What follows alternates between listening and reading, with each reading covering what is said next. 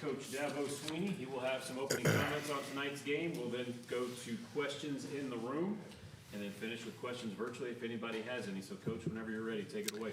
Okay. Well, just really proud of our team. Fun day in the Valley. Another great crowd, great environment. Just proud of our guys. I mean, it was a dominant win, but still, left a lot out there. Really, defensively, just an awesome day. 98 total yards in modern day football. That's hard to do. So really proud of our defense. 5 sacks.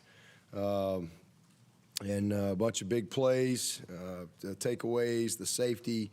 Man, I thought Trotter was outstanding once again. KJ, good to see Toriano get in there and get a little sack. And then good to get Trenton Simpson back. He made 2 huge, monstrous plays in the open field there. So really proud of him with a couple sacks as well. But just a great, great day defensively outside of a couple, 98 total yards, and I think 40 came on one play. So didn't fit that one up right, but just a great day. Thought we were solid in special teams, offensively, really as good as it can be that first half. I mean, just crisp and just great execution. In the second half, I thought we were getting rid of that turnover bug, and then all of a sudden we're loose with the ball again, like 3 times in a row, and it's frustrating because I really thought Street and the staff, I mean, man, they really did a great job on both sides of the ball. Our players were in position to be successful, and but you got to make the plays, and there was just a lot of missed plays, and had a huge drop that's going to go inside the red zone, and then we had a big play, and we fumble it on the 5 with Davis there, and he's our best player. He's as good a player as we got on this team. And then we take the sack on a quick game out. It's on DJ. It's that's not on J-Mac. It's quick game protection. Ball's got to be gone, and you get a sack as opposed to just throw it away and let's punt the ball. And now you're in a bind. Give them a short field to get the score. So that was disappointing. But man, we really did a lot of good things. I mean, 14 of 19 on third down that's incredible, 73%, and that's just great preparation and great execution by the guys. We spread the ball around, a lot of balance today. I thought DJ was really good. Obviously had a couple mistakes, but some big plays, and he had his career high in rushing, and he's really become a very effective runner. He's really learned how to be patient. He's made some big plays. We have 89 yards today, so. Created some explosives. A lot of different guys touched the ball, so a lot of good things. Biggest, obviously disappointment was just the third quarter there with those turnovers. Cost us some opportunity, but all in all, a great day. To finish undefeated in our league in the season, that's hard to do. So I'm really proud of our guys there, and we're playing really good in some areas. We've got a little stretch here of turnovers that hopefully we can play our way out of that. But great senior day, and again, to get a 10th win, 12 years in a row, and to be a part of that is historic, and it's just incredible. There's a lot of teams out there that win every now and then, but to be able to do something like that over and over and over and over and over again is just incredible, and really is. So. Credit goes to the players. It's just pretty cool. The 10-win streak started back in 2011, and Philip Price was my left tackle, and we got our 12th today. And Luke Price had a big touchdown in his 6th year for the Tigers. So really, just again, a lot of good stuff out there that we can grow from. And so now it's we're 10-1, and now we kind of our regular season is over, if you will. South Carolina is a goal of its own for us. It's a season of its own, and so it's that time. And looking forward to, another great time in the Valley next week, and see if we can continue to add momentum to our season. You drew the offense together Yeah, it was just sloppy. I mean, we're just stopping ourselves and just really challenging them to, like, let's go put a drive together. And they did. They responded. We put a good drive together, went down and scored. That was really good. It was just, it's frustrating. And they know that. I mean, it just felt like we needed to just kind of, like, let's get back on track here and let's finish well. We can't do anything about what happened in the third quarter and we were really driving the ball and doing stuff. Just goodness gracious, and it's hard to get in rhythm when you have mistakes like that or you have big drops or something. So, I hate it, but they played their way out of it, and again they responded and finished really well. And I was glad to, we haven't been able to put our backups in a lot this year, and so to be able to put all those twos in, and some people say probably should take there's no way I was going to take a knee right there. Those kids need to play. They practice. They deserve to play. They need the opportunity. There's no way we can grade Dietrich Pennington if I don't let them play. And so we kept it pretty simple. And, those kids, man, they went and punched it in. And, we just got we got some seniors in there that really haven't had an opportunity to play that these guys all really respect. So it was a good finish and a great win. And, like I said, we got one more to go here at home, and we got to have a great week. Coach, it was a nice play call on that TD to Luke Price. They're probably expecting him to come in and block and not leak into the end zone as a receiver. Have you been sitting on that play for a while? Well, we've had a couple of plays like that with him, but that particular play we put in this week.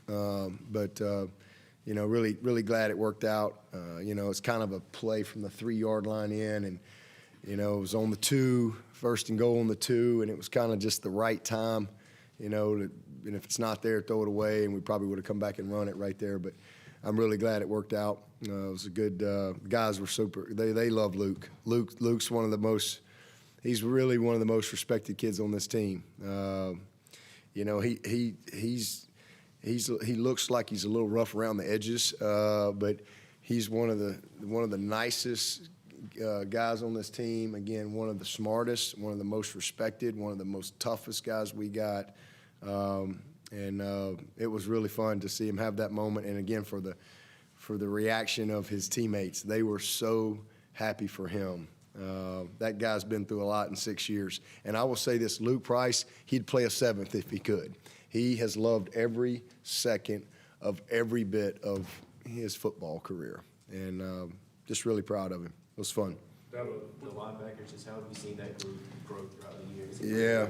Man, Trotter's starting to really settle in. He's just kind of coming into his own and starting to really be that quarterback that we need. I mean, did he make some plays or what? I mean, he had I can't wait to watch the tape. He is, and this kid's a first-year starter. He is really, really settling in. And then Barrett, same thing, man. It's been good. And then getting Trenton back, and then just kind of getting him out on the edge a little bit and freeing him up to where we could kind of use his speed and just, he was a problem, and he made 2 huge plays. So, we've got a good group right there, really good group. But Trotter's kind of setting the tone for us, and I'm proud of how he's progressed, throughout this season. With the turnovers, and particularly all the fumbles, do you just chalk that up to bad luck, or do you think any of it's becoming mental and guys may be thinking about it? I think you can make it. Davis Allen, how many fumbles has he had in his career? It just, I can't say anything but bad luck on that. It was a great throw, great catch, and kid made a good hit on him. You watch the tape and see if we can coach something fundamental on it. The sack, fumble, it's a quick game call. That guy came all the way from, Jordan's thinking it's quick game protection. The ball's gone. He just did his job, stayed inside, ran him up. That guy came all the way backside, and DJ, he's got to let it go. He wants to make every play, and and again, it's not, if it's not there, just throw it away. There's nothing wrong with punting the ball, right? It's, like punt it. And instead, it's a sack, fumble, and, here they go. And so that we can do something about. That's not in anybody's head or anything. That's just bad football. That's just not playing within the system. And then oh shoot, what was the other one? The interception, our receiver just stopped running. I mean, he just stopped running. I don't know, I don't know, he thought he saw something or whatever. It's a crossing route, and DJ's throwing the ball like he's running. He's trying to hit it's a timing play, and for some reason he just stopped running. So that's doing your job. That's not mental. That's not anything. That's just not being on the same page. So definitely can clean that up and just be a little more disciplined in doing your job.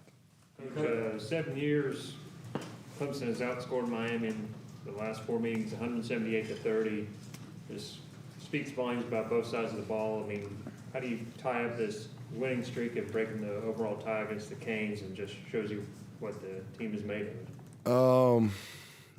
Overall tie. Oh. Series have been tied 7-7. Oh, okay. Well, I didn't know that. There you go. That's good. I mean, good players. That's probably it. I mean, our guys have stepped up and played well. When we've had opportunities, we played them. We played them COVID year. Is that right? 20? Was that last time we played them? And obviously played them in the championship game. 17 maybe. 17.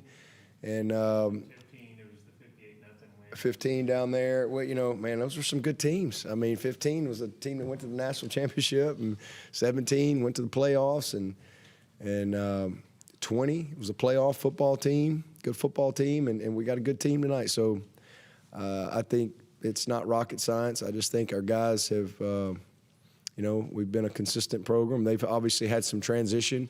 I think Mario's going to do a great job. I think he's really trying to just build I wouldn't even say rebuild. I think he's trying to truly build the culture that he wants, and he has a vision for that. And I thought they played tough and they kept competing, and I think that's a sign that he's making some progress. Marcus Tate was Yeah, he tweaked his knee. I don't really know. They don't think it's too serious, but it's until you get an MRI, you don't really want to speculate on that stuff. But it looked like his MCL, ACL was all good. But again, until you do an MRI, you just never know. So hopefully he'll be okay. And old Mitchell Mays and went back in there and played a solid game for us again. So he's played some tackle, he's played guard, he's right guard, left guard, he's done a little bit of everything. So it's good to see him. It's good to not notice him, honestly. That's probably the best part. I really hadn't noticed him much. So he's doing his job. Coach, that diving tackle by Trotter on 4th and 1, I think you're up 24-0 at the time. That kind of want to is a pretty good example for your whole team, isn't it? Yeah, it was awesome. And they didn't want to let him score. They were disappointed with the couple plays there, and then obviously the fumble, the turnover put them in a really bad spot, and we didn't cover we busted an assignment and did not cover the RPO guy coming out in the flat there, but it'll make us better. But man, that was a huge play. That was a huge play. We had a bunch of them, so just great effort. I mean, again. They only had 42 plays and, 6 first downs and 98 yards. And, again, 40 of that came on one play. All you can do is tip your hat to those guys. They were outstanding. Great job by the coaches, great job by the players. Didn't have Brzee, he had strep throat.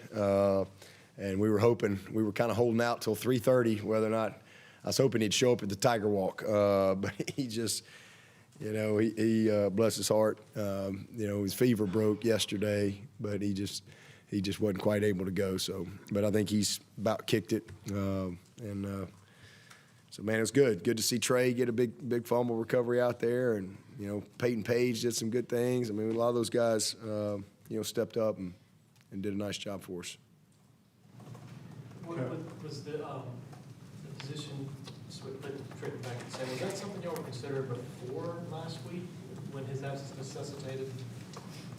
We were talking about it a little bit, but it just kind of, gave us the opportunity to really kind of, see how Barrett would do, and obviously he was ACC linebacker of the week. So really kind of took to it like fish to water.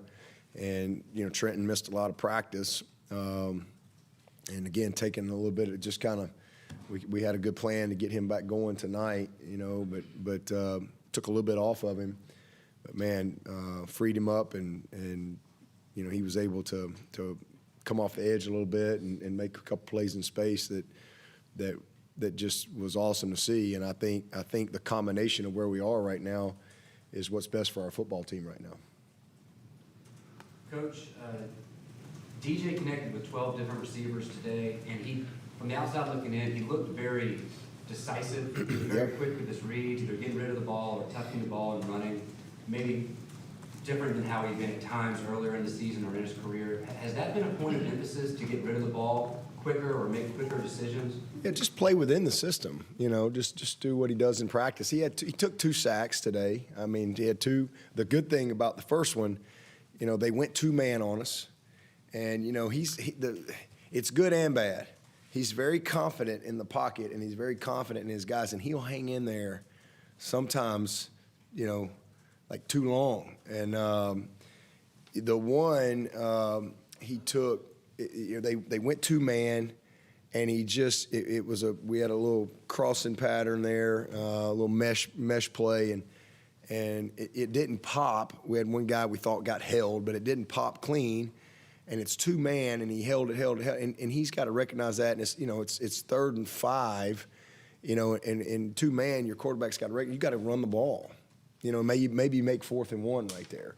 But there was a lot of opportunity from run. The good thing about that is he came back a couple of times in the game where same thing, because when you have a 2-man scheme, you're vulnerable to quarterback run if you can find a little path. And 2 more times in the game, he had the exact same situation, and he went and got the first down. And that's a problem. That's why you have to really pick your spots when you play a 2-man, defense, because you expose yourself to the quarterback. So you got to be really disciplined with your rush lanes and how you cage the quarterback and all that stuff, because if you don't, it's going to go a ways. And so he came back and really did a great job a couple of different times. And then, as I said earlier, we were running a little option route with Antonio, and he just held on to it too long. That ball's got to be gone, and he got a sack there. So, but those 2 plays were bad plays, but he's a million good ones. We spend a lot of time focusing on what he doesn't do good. Man, that guy played outstanding. I mean, she's a mighty. I mean, 14 and 19 on 3rd down. I mean, I don't know, his completion percentage was awesome. He made some great runs. That touchdown run was awesome. He made some big-time throws. He made some big-time – whatever we finished with, we should have had more, because he made some big-time throws that we didn't make. It's never perfect, but, man, he was outstanding. And, we just try to get him to just take what he does in practice. I thought he had a great week of practice. And, again, that's 2 games in a row now. He's gotten back on track. And when he plays well, we win. And we need him to play well. He doesn't have to play perfect. We just got to play well. And then the guys around him have to play well. And again, that's what kind of sputtered us in the 3rd quarter. It wasn't DJ; it was guys around him. Outside of maybe one play. But so I'm proud of him. It was a good game, and again, good to get Cade in there again. He's kind of gotten in some games now, and just hopefully we can keep getting him going, because he's got a bright future, and I thought he made some nice plays as well. Didn't Adam Randall and Cole Turner get involved a little bit? Yeah. Adam made a great play, but he broke his hand. He broke a bone, and but it's not something that's going to keep him out. It's not a surgical thing. It's on the very top. But we have, you have to kind of tape them together, and I think that's why he dropped that slant. But he's a tough kid. That was a great play he made. He's going to be special. I mean, he really is. And how about old Cole Turner? I mean, he don't flinch. Kid just goes, I mean, that's just who he is, man. He hadn't played a snap all year, and he just goes, no big deal, 3rd and 10. He just, no big deal. I'll catch a tightrope on the sideline, tiptoe, no big deal. That's just who he is. The kid's, he's going to be outstanding. He's going to be something special. All 3 of those freshmen, are made of the right stuff and going to be a lot of fun to coach these next few years. So it's good to be able to kind of get him going a little bit, and then Adam will bounce back. And again, he'll be able to practice all week. Again, not anything surgical, but just a little bone right on the top of his hand that will have to cover, and he really needs to kind of practice with it for the week to kind of get used to, how they got to tape his fingers there. But so it'll heal up eventually. We'll try to play through it. Yeah. That was on that jump ball. Yep. Coach, seems like you've had a lot of batted balls at the line of scrimmage this Yep. season, a couple more tonight, one of them by Mickens. Yep. Led to the pick. How much of a point of emphasis is that, getting those hands up? Yeah, well, that's what we always coach. If you can't get there, get your hands up, right? You got to have some instincts when it comes to that stuff. But I appreciate you breaking up. How about Mickens? Is he a good football player or what? That kid, he's just kind of stealth, right? He just does his job. He's a very instinctive player. He's got a lot of football savvy. He's got football speed. He's got game speed. And he just kind of makes plays. That was a huge play. And good to see one of our seniors, JP, come up with that interception. Luke, a senior, touchdown. Davis, how about the throw and catch by DJ put that ball in the 2-inch space that 84 had a chance to make a play on it. And it was a great catch by Davis. So a lot of seniors made some contribution as well tonight. Kobe back in the running back room, was it like? Yeah, great to get Kobe back going. And he made a great play on that angle route. That was another great play by DJ. We saw it. We knew right away, hey, we're going to have the angle route, because the way they were going to play their safeties and the structure of the defense. And so it was, we're all saying, we got the angle. And, man, good to see DJ read it and make the right decision. The ball was a little low, and Kobe made a heck of a play on that. That was a really, really nice play. But he's had a tough year, but it's, I'm glad we were able to hold him last week, because I think that gave him another week just to kind of continue to heal, and good to work him in there and get all three of those guys opportunities. Coach, what's it been like? I know you got to coach all three of your sons, but specifically with Drew tonight, him being his senior night, into that, and just how he was so close to getting a touchdown.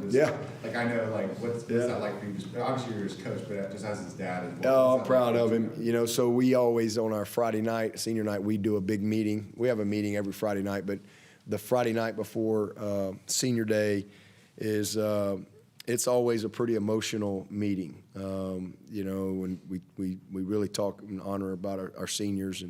But I let the parents kind of run that meeting, and so obviously I'm there, but all the parents, we have audio, and it's really a special night, and it's really cool to, because these are grown men, right? But they're still just little boys to their parents. And to hear the comments from the parents, and for them to be able to express their feelings to them in that way is pretty special in front of all their peers. And Kath did a great job of talking for Drew, and then and back-to-back years now, I've had a lot of pressure on me because they want me to talk right there on the spot, and so it's tough, and but it's emotional. I'm really proud of Drew. I mean, he's a really special young man. He's just a great person. He's kind of he's like a rock in our family. He's very steady. He's that middle child, and he's just easy, and he's always been that way. He's one of the kindest, most loving kids I've ever been around. He's getting married in March. He's unbelievably strong in his faith. I mean, he's inspiring to me.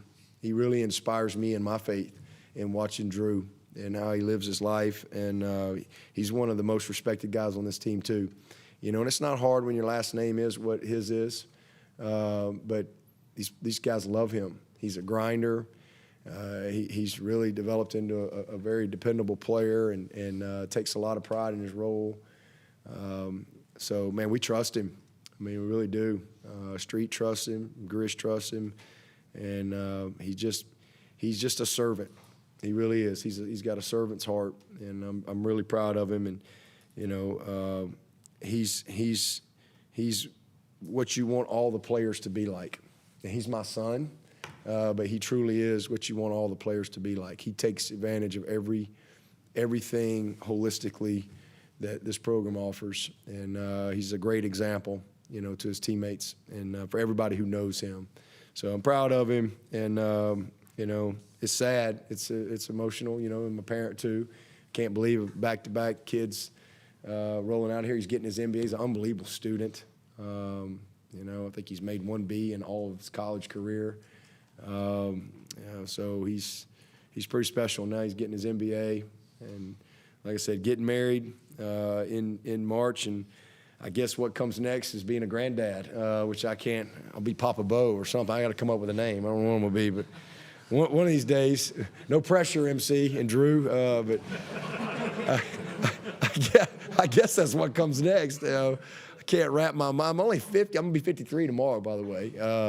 So it's my birthday tomorrow. It's Keith McGuire's birthday tomorrow. It's Jonathan White's birthday tomorrow, who got the chance to get in there tonight and kick an extra point, which was really cool. So, yeah, it's a blessing. And then my man Clay, he's a red shirting and broke his foot. You got to put a screw in his foot. So he's had a tough couple weeks, but it's all good. So, Coach, according to Ross, you joined Bear Bryant, Fielding Yost, and Darrell Royal as the only coaches to win 40 straight home games. Is that kind of hard to get your head around? Do I know Fielding Yost? Early 1900s. Okay, all right. I missed that one. I know Bear Bryant. Who's the other one? Darrell Royal. I know him too. So I know I miss Fielding Yost. I got to look that one up. That's pretty amazing. Yeah, I mean, I can't. I really don't have a word. I can't even really process it, and I'm not trying to process it. It's not really something you set out to do. I mean, it's just not. I mean, I'm thankful to be a part of it, and it's really cool that our guys take a lot of pride in something like that, and it's just a credit to the players. I mean, you don't do anything like that by yourself. It's just incredible to, be a part of something that's historic. I mean, that's something that, somebody may not do again. I mean, who knows? I mean, it's just really, really cool, to be a part of that. The 12-10 win seasons is special. That's one of those things that when I hang my whistle up, I'll be most proud of, consistency. And 11 out of 12 years top 10 academically on top of that. So consistency on and off the field, not perfection, but consistency. That's what we did set out to do. Didn't set out to have 12, 10 plus win seasons or whatever it ends up being, but we did set out to be a consistent program that had a chance year in and year out. Because it felt like if we could do that and build that and have that type of culture, hey man, you'll have those years, when it all goes the way you want it to go. But yeah, it's amazing to be a part of it. It really is. And it's one of those things that's really good at Clemson because they come on the field whether you win or lose at Clemson. It's a lot better when you win. So that's been good. Any questions virtually for Coach? Hey, Dabo, it's Anna Adams. Does the first half, especially the first quarter, just show the ceiling of this offense and what Streeter has at his disposal playbook-wise when the offense is staying on schedule? I think not many third and longs and just one negative play on those first 2 touchdown drives. Absolutely, no question. I mean that's what they can do. I mean we have the ability to be explosive. We have the ability to be balanced. But it takes good execution, consistent execution. And man, it was awesome. Those guys that was as much complimentary football as we've played all year, and it's good for those guys to see that and to get a glimpse of that. And it just, I think, motivates them even more to believe in what they can do and to correct some of the mistakes. And again, you got a couple unfortunate things, but I think their belief is really, really high in what they are capable of doing, and and then same thing for the defense to come off a game like that. that builds a lot of confidence for these guys down the stretch. Anyone else for Coach? All right, thank you, Coach. All right, appreciate it. Thank y'all. Appreciate it.